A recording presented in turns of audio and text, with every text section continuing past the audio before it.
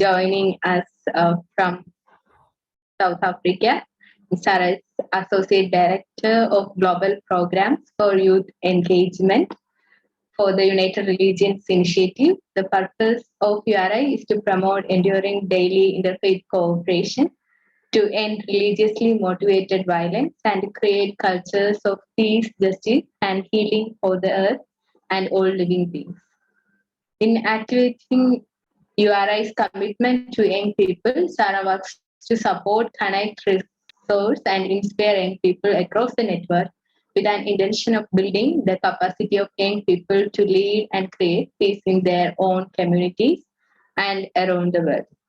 Sarah's worked in the interfaith sector for the last 10 years, running youth camps, workshops, and skill trainings, both locally and globally. Within these programs, Sarah strives to create space of trust, dialogue, and learning across religious and cultural divides. As an experienced facilitator, she is passionate about connecting issues of interfaith dialogue, youth leadership, and social justice. She joined URI in 2016, where in her role with the Southern African region, Sarah supported the development of the Girls Not Brides campaign in Malawi. This has been a project of URI cooperation circles in Malawi, striving to end early child marriage and support girls with their education.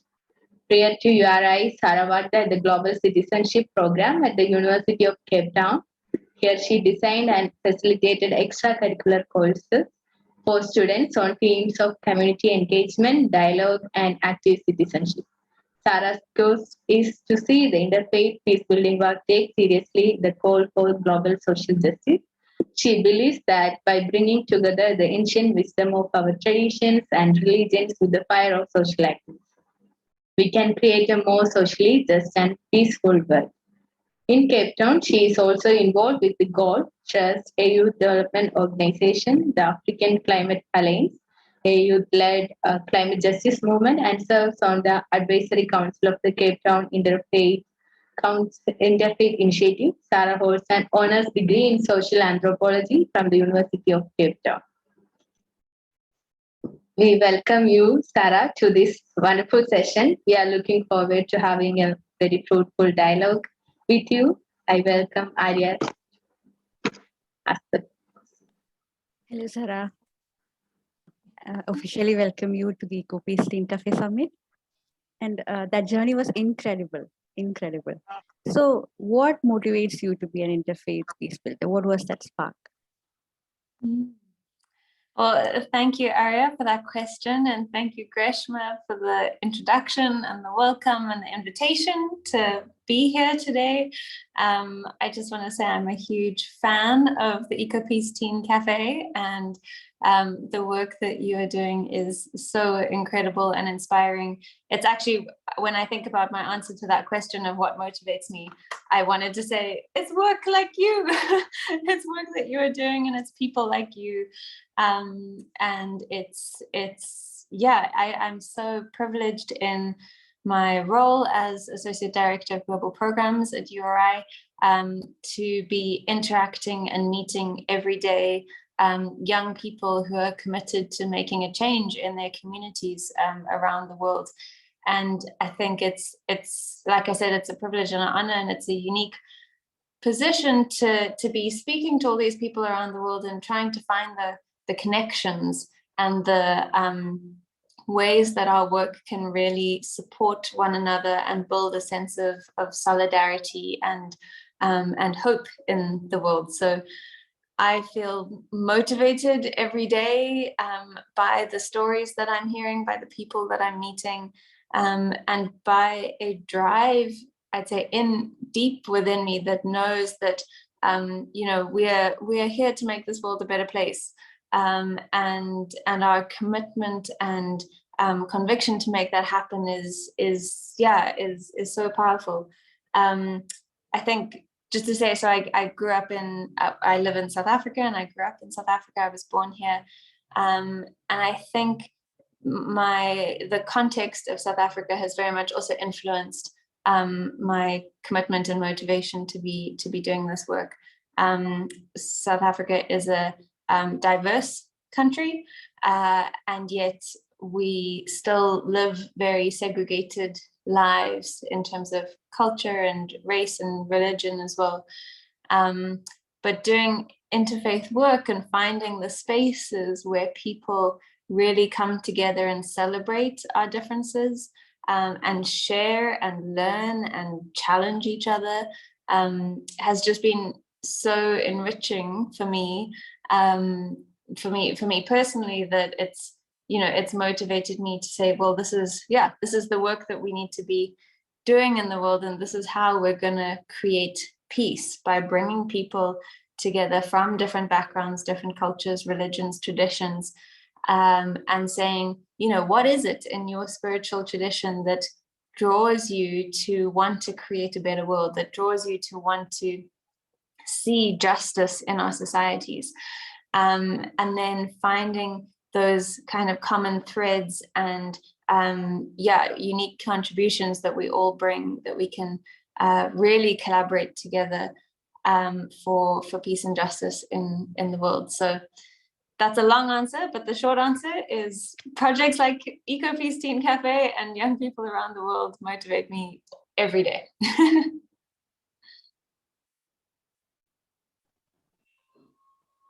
Thank you, Sarah. The second question we have is, what are the challenges you faced while working with youth around the world? Yeah, this is a good question. Thanks, Khadija. I think one of the main challenges is actually a challenge that I hear and see young people experiencing all the time, and that is the challenge of young people being accepted as valued, thinkers and creators and people with incredible ideas. I think we still live in a world where younger people, there are lots of assumptions, harmful assumptions about younger people, that young people don't know what we're talking about. We're spend all our time on social media and don't care about the world. We assumptions or stereotypes about young people being involved in violent activities, and young people not wanting peace. Assumptions about young people not having the knowledge and experience to solve the world's challenges, and challenges not just in the world, but more in their communities. And I think these challenges are what young people are facing all the time, just being taken seriously in a meeting, having your voice heard and represented. And those were some of the challenges I faced growing up. I remember being part of a interfaith committee that was a table full of old people, older people, and I was the only young person at the table, and it's terrifying. It can be, it's not an easy position to be in. So I said that there's a lot that needs to happen around changing our perceptions of young people, and I think that that is definitely happening around the world, but more so just the challenges of having young people's voices really heard and taken seriously, and included as a starting point. So that's one of the challenges. I think there's so many challenges when it comes to just peace building work and interfaith work in general as well. The biggest one that I'm seeing at the moment is the kind of polarization that is happening in terms of our views and thinking, and how we see society kind of split on these extremes in terms of ways of thinking and believing, and to find middle ground, or to try and find a point of dialogue or connection between people who believe kind of complete opposite things, I think is really one of the challenges that is hindering our work and our ability to create peace. So it's something we could maybe talk about a bit later, but the possibilities for dialogue and for real kind of heart connection is, I think, what we need to be working towards in combating these challenges of global kind of the divergence of views. Yeah. Thank you, Sarah. So the next question is, can you share one of your memorable moments in URI workshops or youth workshops that you attended? Yeah, sure. Hi, Dan. So I didn't say hello to you, Daniel, earlier. It's great to see you. Thank you for that question. There are so many wonderful moments. I just thinking about them, it brings joy. I think one of the most memorable moments for me, I was on it was a youth camp here in Cape Town, and we had grade 10s, so 16-year-olds. Many of you in EcoPeace Teen Cafe are that age, and we the model that we use in our camps is to create kind of small, what we call dialogue groups. And so these are groups of 8 or so people, and they we try and make the groups as diverse as possible, and the participants are invited to share their experiences and perspectives of the world, and we intentionally create a very safe space for them to share their experiences.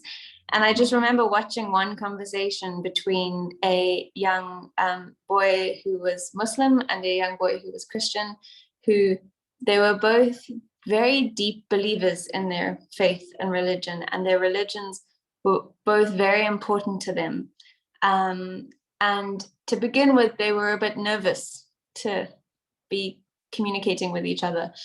And yet the kind of connecting point was just their experience as young teenagers in South Africa. And they started sharing about the peer pressure that they were facing at school when it came to drinking alcohol or partying with their friends. And, and that for both of them in their religion, so they had chosen that alcohol wasn't going to be a thing that they participated in. And that they were kind of discussing this challenge that they faced as young peers, and it was through that kind of common challenge that a friendship really formed, and that they were able to really kind of see the value in the other person, even though they were coming from different religious perspectives. So that's just one that it's always a story that I like to share of the kind of the benefits of interfaith work and what can come from it. I think other memorable moments definitely revolve around gatherings. I think in URI, it's been so hard to feel the joy of URI the last 2 years when we've all been in our homes and separated with the coronavirus pandemic, and we're doing as much as we can online. But I think the joy happens very much in person as well, where we're able to gather together and celebrate our different traditions and share our faiths. And just last week I was at a Shabbat service so I come from the Christian faith, and I was visiting our local synagogue, and as a act of interfaith solidarity, I guess, and visiting the local synagogue for the Shabbat service, and we were invited by the rabbi to his home for dinner that evening, and it was a beautiful kind of, again, sharing of our sacred expressions and sharing of our sacred traditions, that where you really see how deep our connections are. And I think in URI, our work is to really support grassroots communities that are doing this kind of action of bringing people together, connecting them, working on a social issue. And the spirit of URI for me is the is the family and the sharing and the connection that happens all across the world, and yeah, creates really special moments. So I just get excited talking about URI and the special moments, and I could keep talking, but I'll pause for the next question. Yeah, thank you, Sarah, for sharing that. And when you are sharing, we can feel that level of excitement from you.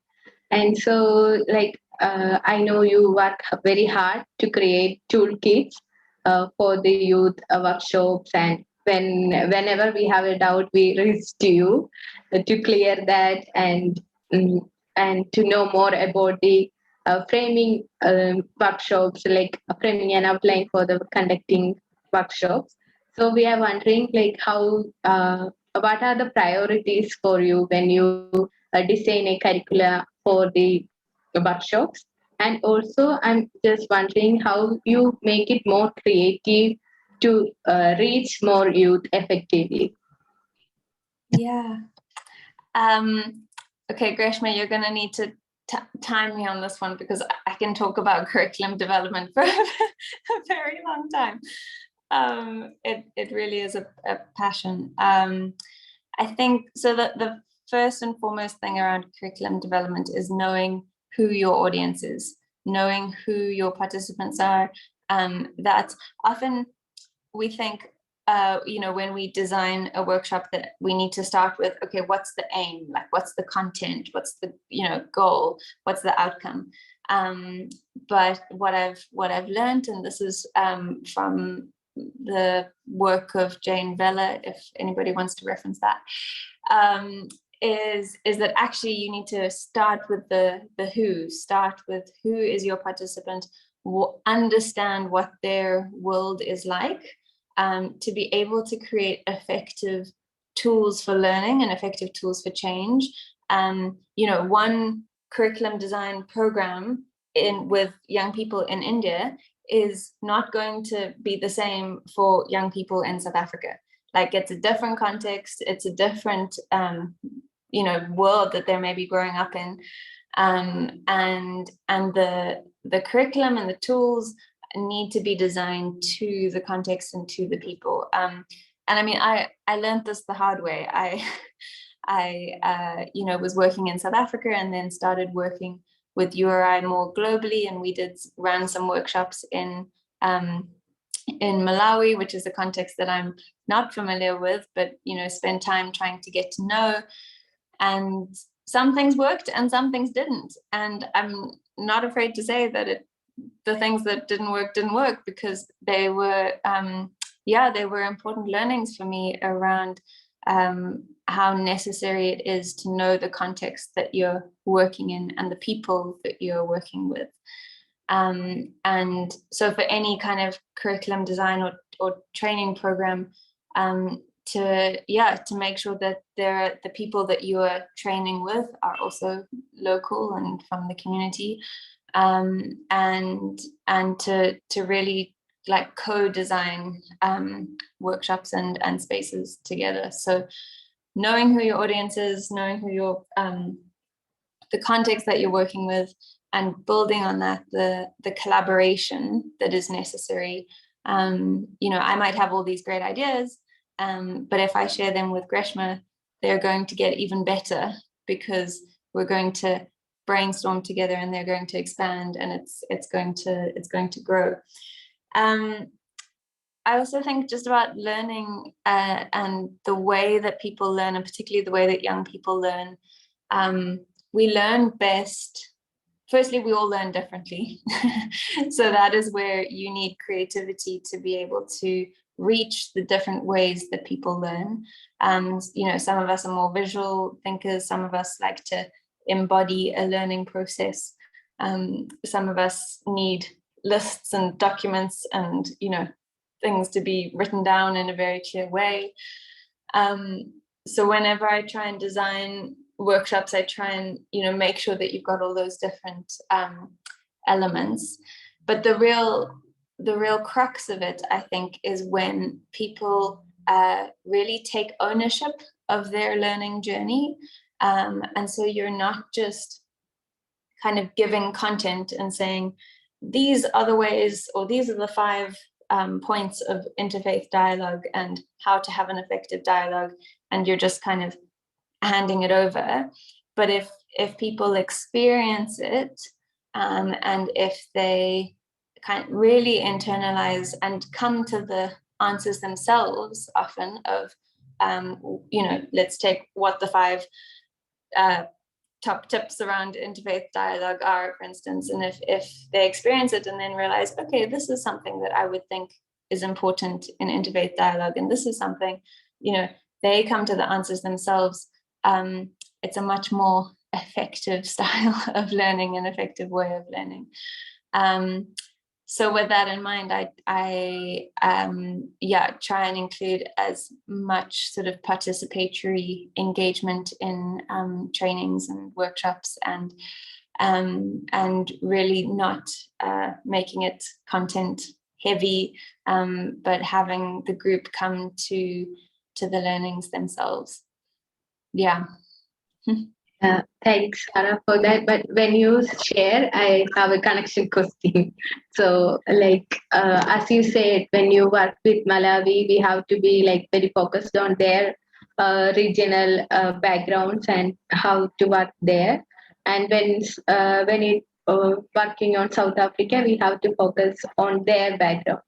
So my question is, when we work globally, when we talk about Eco Peace Teen Cafe, currently we are focusing on students in India, but connecting with all the speakers from all over the world.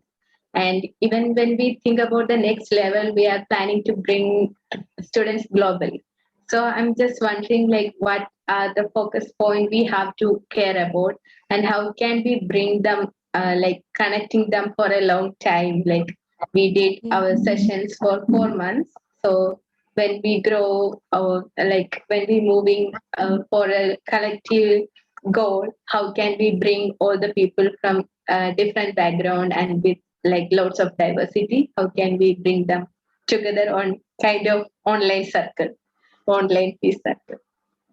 Yes, thank you for that follow-up question, Gershma, because I realized there was a part of the question that I hadn't answered.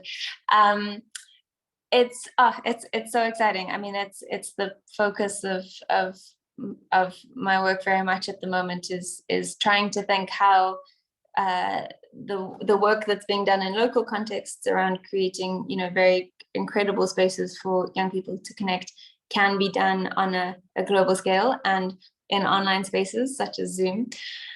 And I would say, so obviously things around context still matter. So things around making sure that you're making the space as inclusive as possible around access, around language, making sure that your participants, if they're coming from different parts of the world, really feel welcome and a part of the space. And yeah, that means if you've got different languages present, you've got translators.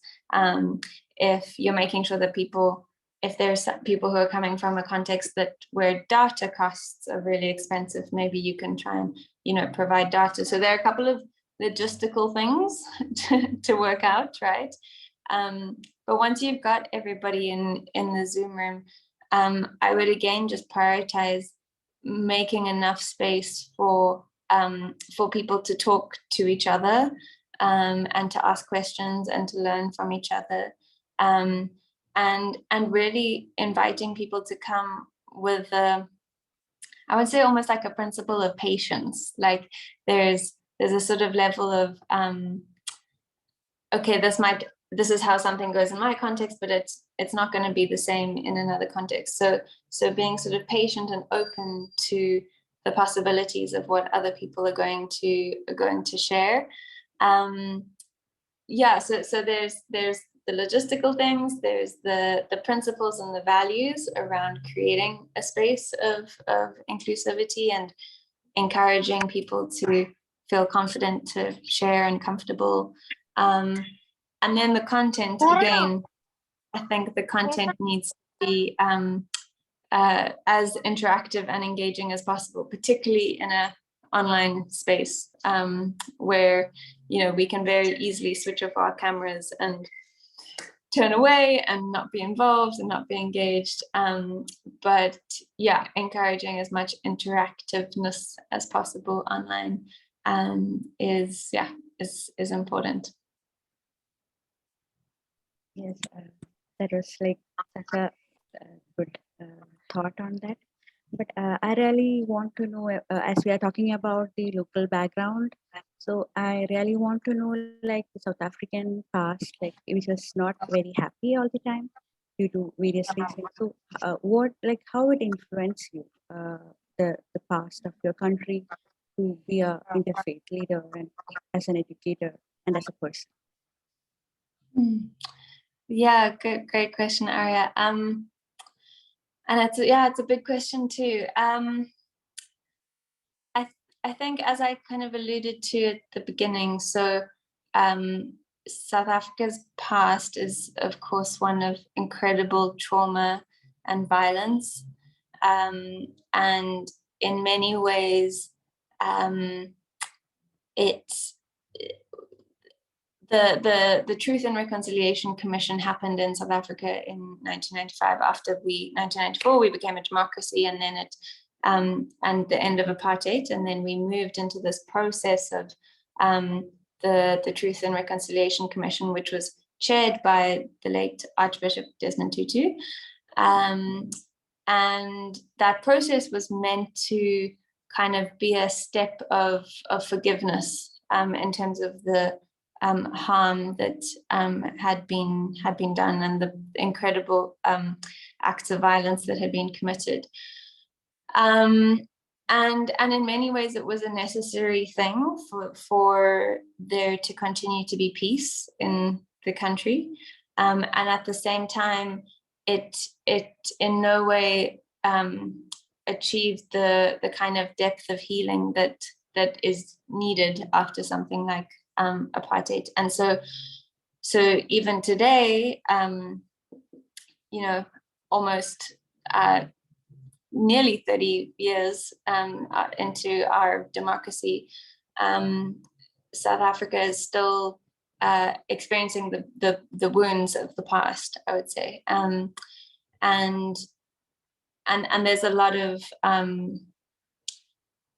frustration at the fact that things haven't changed, and that we still see incredibly high levels of inequality and poverty and inequality in this country, with the majority of the wealth being held by a minority of white people, right? And now I am a white South African, and so that history and context has very much influenced the way that I've grown up. And I think it was only when I got to university, that I understood the impact of my race in a South African context, and the privilege that being white gave me in this country. And that I then started to really do the work of understanding what that privilege was and how I could use that privilege to try and change the systems, and try and you know, really, but like turn up the inequality that we experience. So I think it's been a huge learning journey that has influenced my interfaith work as well, because like was sort of said at the beginning, I believe that the interfaith world has a real contribution to make to issues of social justice, and in South Africa those issues of social justice are so real and on our doorsteps every day. Like, you can't avoid them, and you can't not see them. And I think the interfaith sector really has something to contribute, whether it's the principles and a way of being, but to really contribute to the broader work of justice in our world. I mean, there's, you know, the saying of you cannot have peace without justice, and I think that's particularly true in a South African context, because we might have peace in that we're not a country at war, but as many of you might know, the references to negative peace versus positive peace, negative peace being just, you know, the absence of violence, but positive peace meaning that people are actually thriving in their lives and thriving in the where there's around issues of housing, good sanitation, access to healthcare, like all those things contribute to a society being a peaceful society. So yeah, so you cannot have peace without justice, and I think the interfaith sector needs to seriously grapple with the question of what is our contribution and when we come to creating justice in the world. So yeah, so living in South Africa and all these questions has very much, that's just some of the ways that it's influenced my thinking and contribution in terms of efforts of trying to ask the questions and you know, direct our work in a particular way. Yeah, thank you, Arya. Thank you, Sarah. Based on your work and experience as an interfaith peace builder, what would be the one word that will describe you? This is such a fun question. One word. I think one word to describe, me. I'd probably go with like connector or connection or something to do with connection, connector. I feel like I've done a good job when, you know, I feel inspired by meeting people and having deep connections, but also connecting other people to each other and saying, hey, like you should meet this person to, you know, collaborate and work together. So at the moment, I think I've been thinking about connections and and how powerful they are and how deep individual connections can be as well. And so yeah, I like to think of myself as a connector.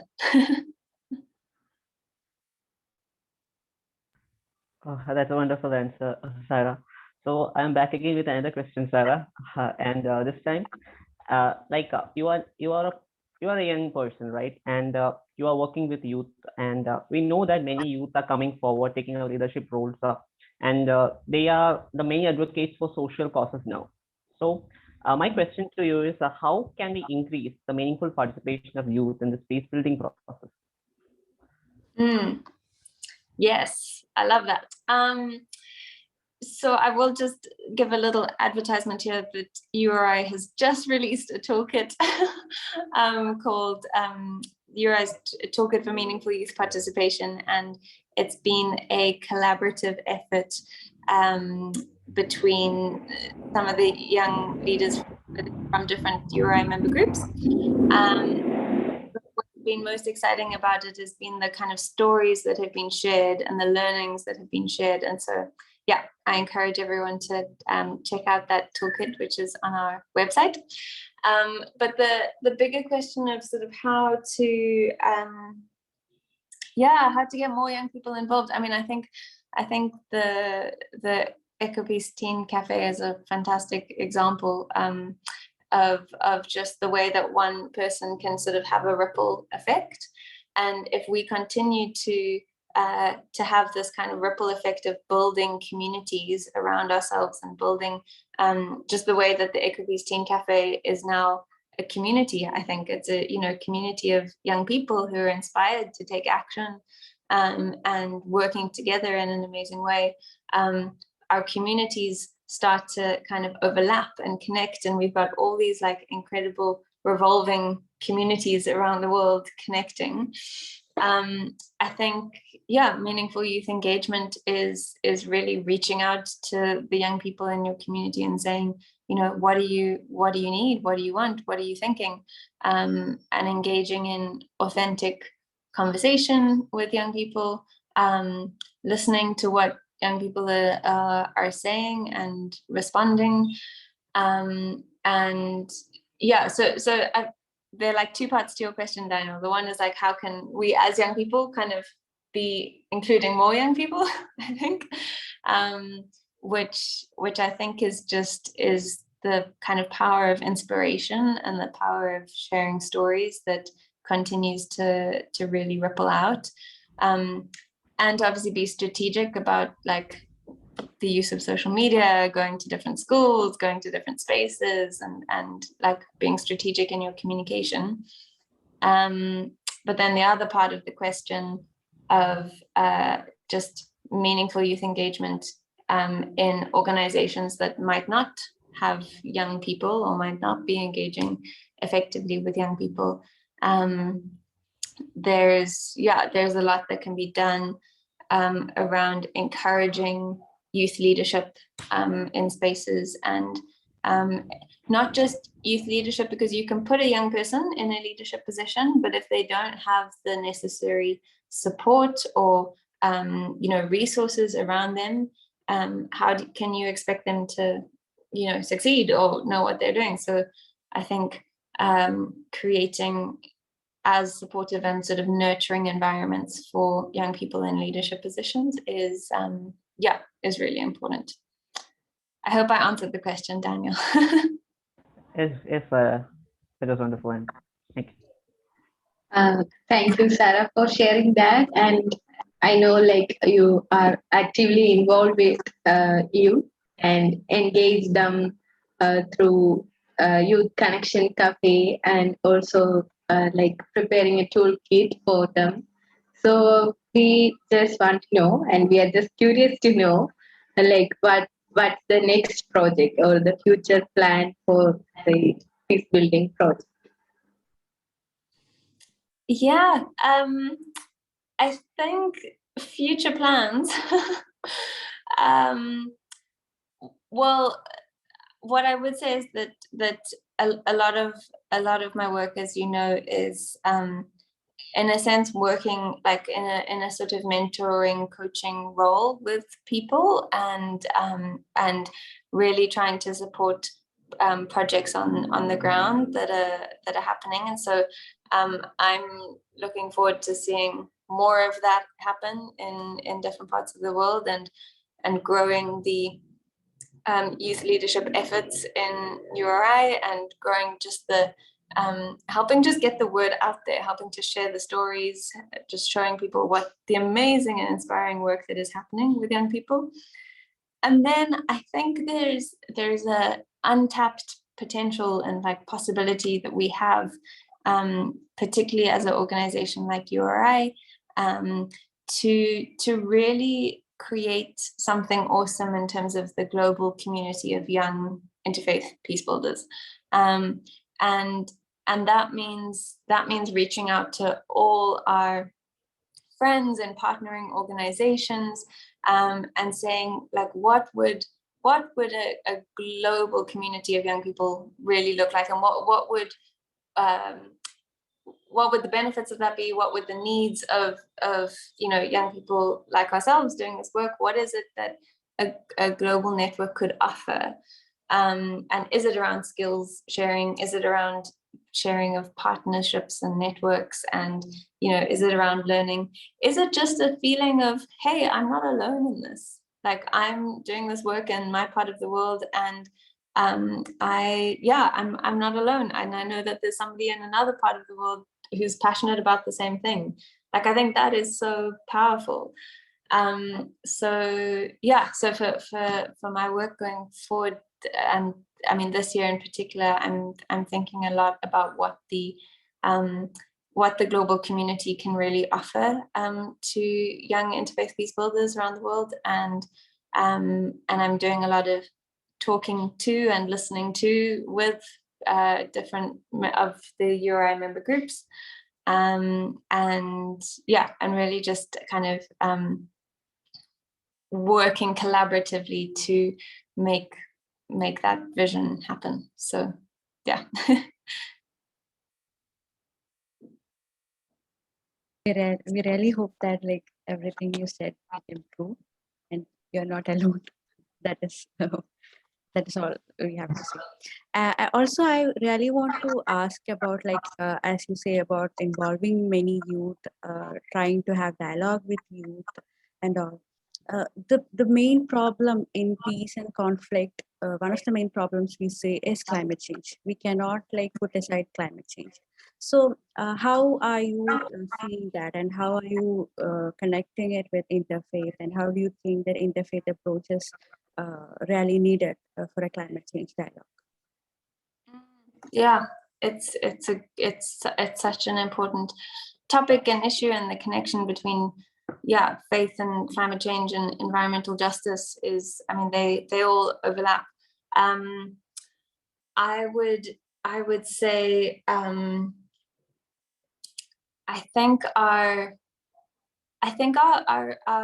faith, it kind of goes back to what I was saying a bit earlier, but I think our faiths in different religions, if we go into the teachings and the kind of the values and the principles, it is about love and connection, and that we are connected not just to each other but to the planet and to the world, right? And so each of our faith traditions share that, and I think again it's asking people kind of where your conviction comes from, like where your purpose and your drive comes from for wanting to create a better world. And I think our interfaith communities and people of faith, you know, have an important message again to share in terms of why we need to be looking after our planet better, and why we need to be really changing our mindset in terms of how we think about the earth, and that it is not there for our consumption and for resources just to be used and abused, but really seeing ourselves as part and as one with the whole world. I think part of the issues of the planet, I don't want to get too much into, I mean, we could go there, but issues of the capitalist system, right, is that we have this belief that we're kind of separate from each other, and we have this like individualistic mentality of the world is just about me and my success and all of that. And we need to be turning that narrative on its head and saying, no, like the world is about community and connection, and our how we are not on this hierarchy of value with the earth at the bottom and humans at the top. Like, we're very much part of one human planet and earth. So yeah, I think we have a huge contribution to make. I think climate justice is a issue that I'm particularly passionate about as well, and have been working with the African Climate Alliance in particular around, and particularly as young people, it's our future that we're talking about, in terms of our future in this world and lifetime. And if we don't do things urgently to kind of change the systems that we've created, we're not to end on a sad note, but we're going to be in trouble, and we need to change that. So I think there's lots that can be happening, and I think young people are very much leading the way when it comes to climate justice, and we need to be paying attention to what our fellow young people, like all of you, are saying. Thank you so much, Sarah.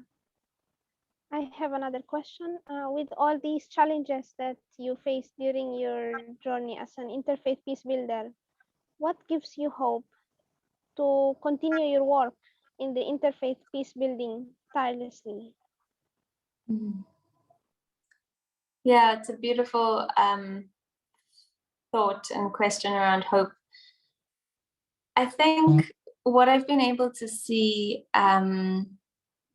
is the way in which spaces like URI, spaces like EcoPeace Teen Cafe, spaces like the youth camps that I grew up being involved in, we're able to create a very unique and different way of being, almost like we create our own world.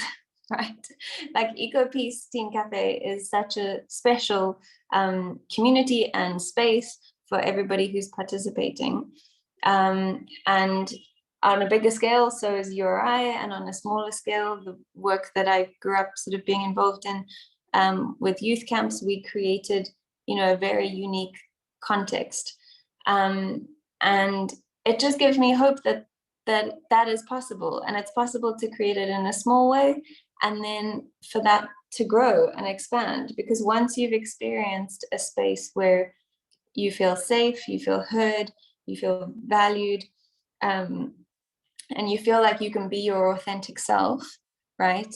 And you can feel like you can have difference of opinions, and you can debate ideas, and you can learn, and you can grow, and you can be curious and be challenged, all of those things. It really allows you to see that a new world is possible. And then the challenge is to take that and implement it into reality, implement it into our everyday lives, and say, okay, like I've experienced this incredible thing, how can I take that to the world? So spaces of interfaith, I think, just give me hope that a different kind of world is possible. And we need to keep working hard and working collaboratively and together to make this world that we're creating the entire world of like how our systems and our institutions function. Like, can you imagine, I don't know, our economic system working on a principle of equity versus like on a principle of gain and profit, but rather a principle of, well, we're all in this together. We need to be, really treated and respected equally. So I love the questions of like, what is the world that you're imagining and creating, and like, how can we, how can we really make that happen? So yeah, I'll leave it at that. Yeah, it's a great session with you. Like when we talk about hope, and we all are working tirelessly to make this world a better place. So we are open the floor to ask or share your reflections. So if you like to share or ask anything to Sarah, please, this is this opportunity.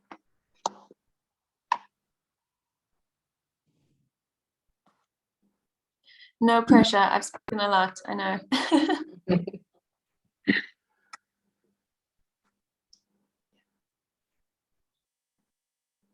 Do you like to share?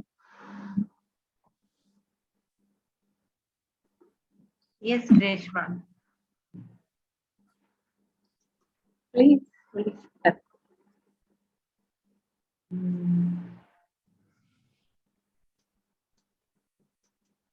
I'm very happy that what you have said was very influencing, and about interfaith and how to include more youth in the interfaith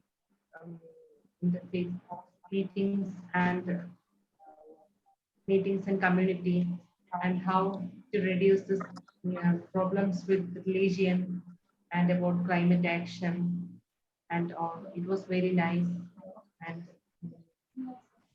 nothing else to say. You did wonderful, and I would really try to say, preach these things to my friends, how to bring in the interfaith in between our friendship.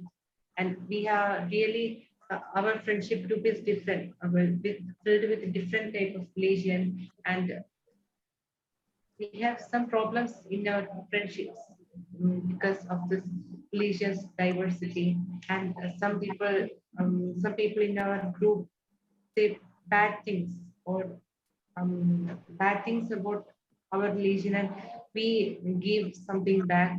We give arguments to them about our religion, and this and that. That will lead to a huge conflict and arguments. But I will try to implement this in my life. Yeah, thank you, Erin. It's such a good just such a good example, like our friendship groups, you're right, are diverse, and we do get into arguments of, you know, around differences. And I'm inspired by you and encourage you to really share the message that, in terms of your experience, that you want to share with your peers, and to be creating a unique way of living together with that diversity. I think, yeah, diverse friendships are where you learn the best. I've learned so much from my Muslim friends, from Jewish friends, from, you know, there's just a lot that can be learned. And when we approach our friendships with curiosity and you know, questions, it opens up a lot of learning. So yeah, I wish you well with you and your friends, and thank you for your kind words. Thanks, Aaron. And Apnev, do you like to share the reflection? I would like to just say thanks to Sarah ma'am and everyone in this Eco Peacing Cafe. You have really motivated us to carry on the work of creating peace and saving that environment. So thank you. Thank you, Apnev, and thanks for joining. And we have Ashwini sir here. So, sir, if you would like to share, you can.